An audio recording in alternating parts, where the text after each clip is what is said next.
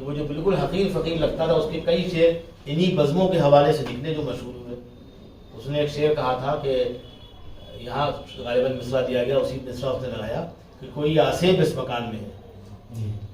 اتنے کیا ہے، ایک آنگن میں اتنی دیواریں، کوئی آسیب اس مکان میں.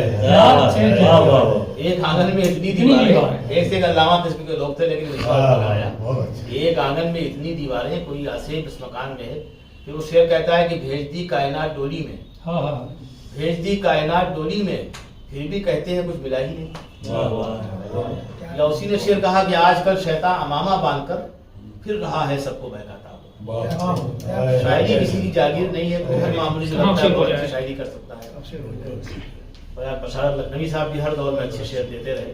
ہمارا ادیب صاحب اچھے بھی دیتے ہیں لیکن بس ان کو جس لمحے آپ داد دیتے ہیں وہ قیامت کا لمحہ ہوتا ہے، اسی وقت وہ شعر ناموزوں ہو سکتا ہے.